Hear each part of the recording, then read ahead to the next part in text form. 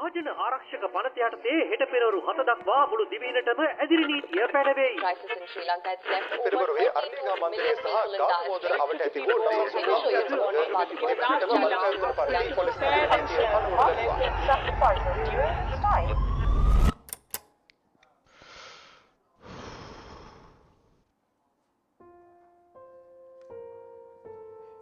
තාත්තේ ඇයි ඔයා කලබල වෙලා වගේ? මුළු ලෝකම ගිනිගත් ඇති අතර අපේ පවුල එයට මැදි වී ඇති බව පෙනේ. නමුත් පුතුනි, ඔබ ඒ ගැන සැලකිලිමත් විය යුතු නැත. මම ලොකු වුණාම ඔයා වගේ ශිල්පියෙක් වෙලා ඔයා වගේ ලස්සන නිර්මාණ ගොඩක් කරන්න ආසයි. පුතුනි, මාගේ එකම සිහිනය ඔබ මෙම පාරම්පරික ශාපයෙන් මිදී වෛද්‍යවරයෙක් හෝ එන්ජිනේරු මහත්තයෙක් වෙනවා දකීමටයි.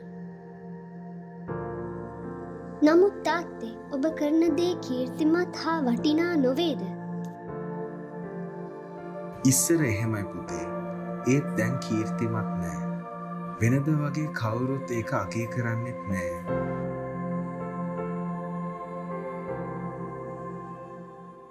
Even though that was a simple animation, it's based on true events that actually happened. So, let me tell you what actually happened.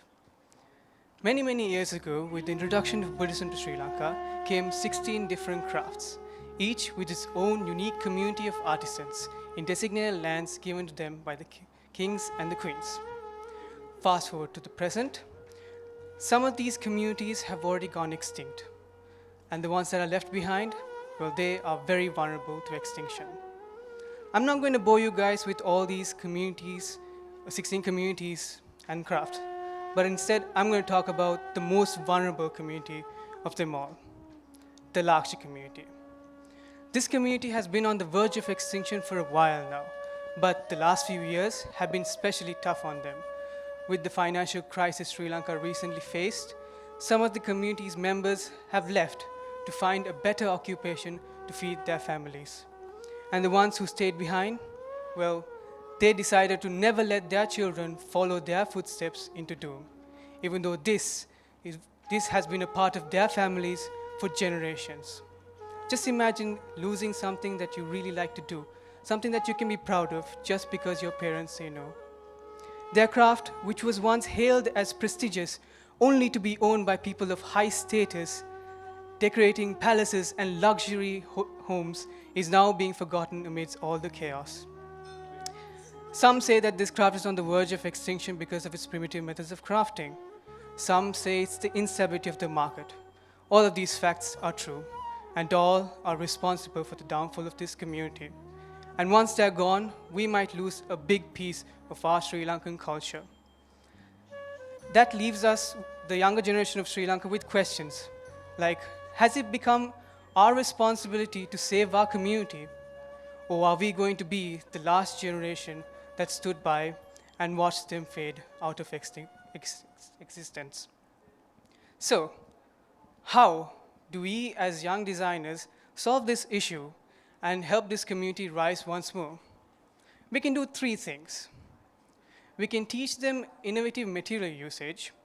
We can inspire creative design and sustainable design techniques, and we can build them a platform to reach a better global market. This will in turn inspire the community and other communities locally and internationally. As I mentioned before, these cultural communities were given certain areas in Sri Lanka, and the Lakshi community now mainly currently resides in the mountains of Matale at the heart of Sri Lanka. And that is where my project, the Artisan Shack, will come into play. This will become a place where culture, tradition dance hand in hand with technology, a place where we can inspire the community, a place where we can innovate their craft using modern technology, a place where we can teach them sustainable design techniques, a place where we can motivate the spirit of the community. This would in turn empower the community into adapting new technologies, designs, and techniques so that they could build a better craft that suits the better modern global market. The site, which was previously used as a local harvest market bordering this rail line, is now divided into 4 main spaces. These spaces are organically arranged so that each space flows into one another, creating a dynamic flow within them, depicting the dynamic nature of the craft and its community. These 4 spaces are the exhibition space, the commercial space, the connection space, and the community space. Each of these spaces has a distinctive feeling embedded into them, and each space uses technology and tradition in distinctive ways. These spaces are different from one another, but at the same time designed to be coherent and true to its main concept. Now, let's dive a little bit into the interiors of these spaces. What better way to bring a community in Sri Lanka together than a local harvest market, where the locals come together to sell their homegrown produce at the community center. Next, we have the connection space, where the artisan shack is connected with the rest of Sri Lanka by acting as a temporary platform for the rail line. The entrance of the exhibition space is designed to be subtle, simple, and traditional, and at the same time warm and inviting, so that these artisans will feel more like home. After you enter, we enter into the museum space, where we are taught the history of Laksha and its community using technology to bring in interest. Next, we walk through a corridor with infographics and display panels on the walls that display infographics and design techniques to inspire these artisans. And for those of us who want to learn more about Laksha, the AR chamber takes us to the beautiful mountains of Matale, where we are taught about how they harvest and craft this in this community. Next, we come out onto a balcony, a resting place, decorated with new modern Laksha ornaments, a place that overlooks the exhibition space. Before we move down into the final space, we come across the Laksha bridge that crosses over the rail line, and where Laksha ornaments are hung from ceiling to the floor. Finally, we come to the main space, the exhibition space, where Laksha and its community are celebrated. This space teaches the community to use new designs, techniques, and new materials. The Artisan Shack is not only designed to accommodate the Laksha community, but other cultural communities as well, making it a symphony of culture to the world. Now, except for black, there are 4 main colors used in Laksha. But these 4 colors are way too vibrant to be used in interior space. So this project utilizes subtler tones of these colors, so that these colors are amplified through the ornaments and the exhibits, and then uses darker tones as highlighting colors to bring out the highlighting nature of these colors. Each space has a different color, evoking different emotions that bring a space a sense of passion, intellect, harmony, or calmness. This project utilizes a blend of traditional and modern elements. For example, cane or sesat is used to give the space a sense of culture and heritage, and materials like carbon-neutral walls and glass fiber reinforced concrete furniture are used to give the space a sense of modernity. And in some areas, bamboo, abundant material in Matale, is used as flooring. This project uses the artisans themselves to fix some of the fittings so that the community themselves are more involved in the construction of this project. And in some areas, furniture is made out of reclaimed wood, because wood is an abundant material that is wasted in their workshops. In some areas, mud flooring is used, because mud flooring is a very common material in a traditional Laksha village house. So it makes the space feel more like home to these artisans.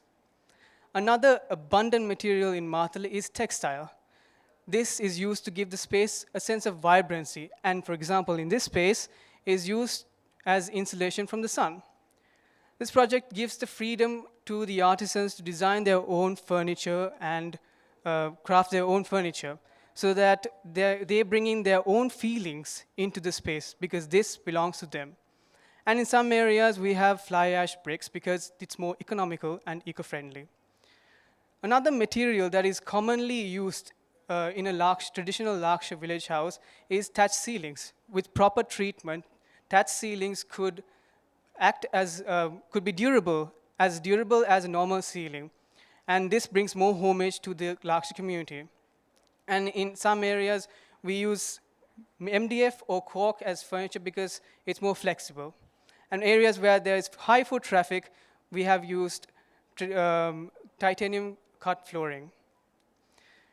Other than the Lakshya community in Marthalle, there are three other main communities in Marthalle. So this project keeps them in mind as well in its interiors. So, should we just stop at just sustainable materials? This project asks this question: why can't we make the community themselves more independent and more sustainable? So we can do that. So there are two methods of making Lakshya, but these two methods are very primitive. So most of the artisans nowadays use mechanical lathes because it's more efficient, but a large portion of their income goes into powering these mechanical lathes. We did a bit of research and we found out that about 5 kilograms of wood waste is being produced by each family. So why not we use this wood waste into generating enough energy to powering these mechanical lathes? That way, we have saved a large sum of their income and also helped them manage their wood waste more efficiently. That's where the Artisan Shack, this project, not only inspires but also empowers the community to become sustainable, economical, and more environmentally friendly, and could later become an example to communities around Sri Lanka that are in financial need, and communities not only in Sri Lanka but around the world where they can converge and connect with each other, empowering each other into better, brighter futures. Now remember the conversation between the father and the daughter at the beginning? I hope that one day, by this project, that someday their conversation would turn into something more like this. පුතේ අපේ පවුලට දැන් අමාරුවක් නැති එක ගැන මම සතුටු වෙනවා. අපේ මූල්‍යමය වශයෙන් ස්ථාවර වීම ගැන මම සතුටු වෙනවා. අපි මේ බරින් නිදහස් වීම ගැන මම සතුටු වෙමි. දැන් අපිට අවසාන වශයෙන් යහපත් අනාගතයක් බලාපොරොත්තු විය හැකිය. ආදරණීය තාත්තේ. ඔව්, අපි ඒක කළා.